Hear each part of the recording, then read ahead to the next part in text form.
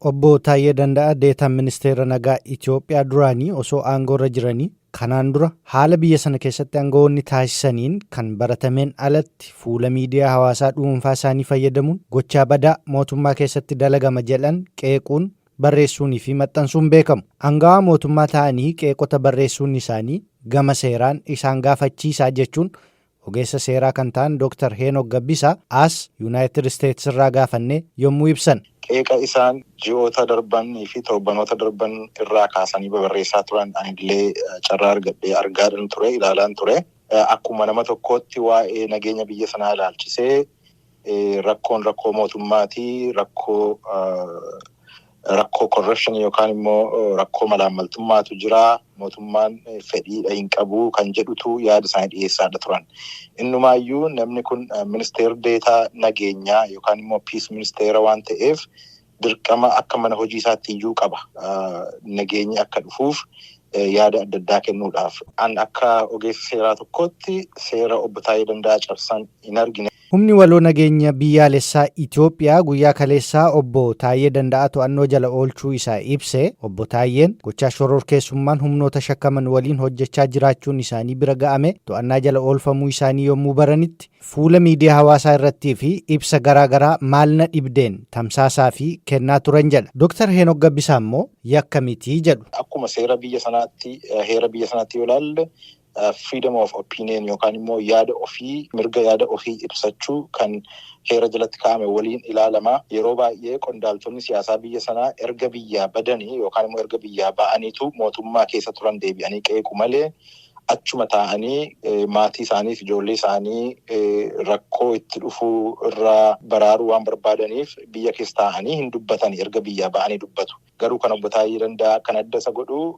achuma taa'ee otoo biyyaan ba'intu akka dhuunfaattis muummicha ministeeraa Abiyyi Ahmediin qeeqee mootummaa isaas qeeqe. Tarii kun pirootokoolii paartii inni keessa jiru waliin deemuu dhiisuu danda'a.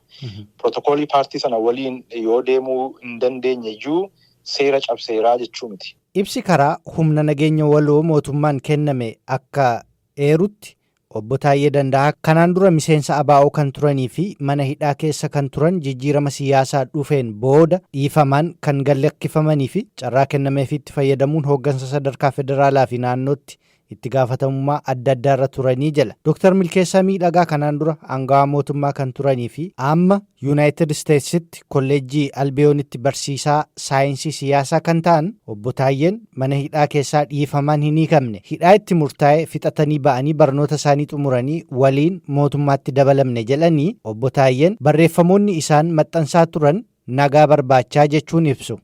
Torbee lamaan darbe kana keessa mariin negoosheeshiniidhaan mootummaan waloo ta'e mootummaan naannoo Oromiyaa irratti ijaaramu hunda hirmaachiseen nagaan xumuramuu qaba jedhee deddeebi'ee haasa'aa tureera. Mariin Tanzaaniyaa Daar es Salaamitti milkaa'uu dhabuuf mootummaatti itti gaafatama waan jedhus kaaseera. Sanarraa kaanee yoo laallee Taayyeen barcuma kana dhiisee amma kana maal barbaade yoo jedhamee ilaalamee adeemsa. Haa bulus haa tutturus wanni galeef jira natti fakkaata. Garuu immoo jedhu Dr. Milkeessaan barreeffamni obbo Taayyeen gaafa aangoorraa kaafaman maxxansan waan sirriidhaa jedhu. Yaadichi yaaduma dhugaa yaada haqa dubbate Taayyeen. Waan barreeffama Taayyeen isa xumuraa kana barreesse irratti namni gaafii qabadhee yaadu. Ibsi humni waloo nageenyaa erga obbo Taayyee to'annaa jala oolchee baaseen akka eerutti obbo Taayyeen ofii aangawaa mootummaa ta'anii osoo jiranii mootummaan fixinsaa fi ajjeechaa kan raawwatu jechuun komateeraa jala. Barreeffamni obbo Taayyeen addatti muummicha ministeeraa maqaa dhahanii maxxansan seeraan isaaniin gaafachiisuu jechuun Dr. Heenokiif gaaffii dhiyeessineef. Wanni tokko isa gaafachiisu hin jiru. Maaliif muummichi ministeeraa nama aangoo olaanaa biyya sanaa qabudha. Paabliik fiigariidha. Paabliik fiigarii keessaa immoo isa olaanaadha.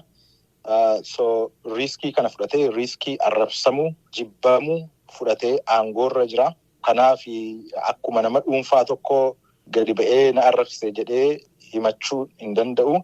Otooruma danda'ee muummichi ministeeraa qeeqamuudhaaf innumaayyuu kun sirna dimokiraasiiti. Dr. Milkeessaa Miidhagaa Itoophiyaa keessatti waa'een dimokiraasii sadarkaa hin yaadamnerra ga'eera jedhanii gaaffii Oromoo qabannee dhaaba mootummaatti dabalamne muummichi ministeeraa daandii waliin jalqabne sanarraa kaasanii jedhu. Muummicha ministeeraatu gaaffii uummataa hin beekuus hin barbaadu.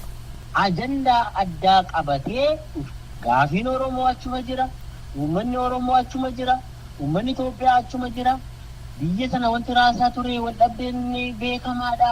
Muummichi ministeeraa kana hundattuu ilaalu paartii badhaadhinaa jedhee madda mariin deemnammoo jedhee waa'ee sabummaa dhaabaa jedhee waa'ee Itoophiyummaa uffadhaa jedhee.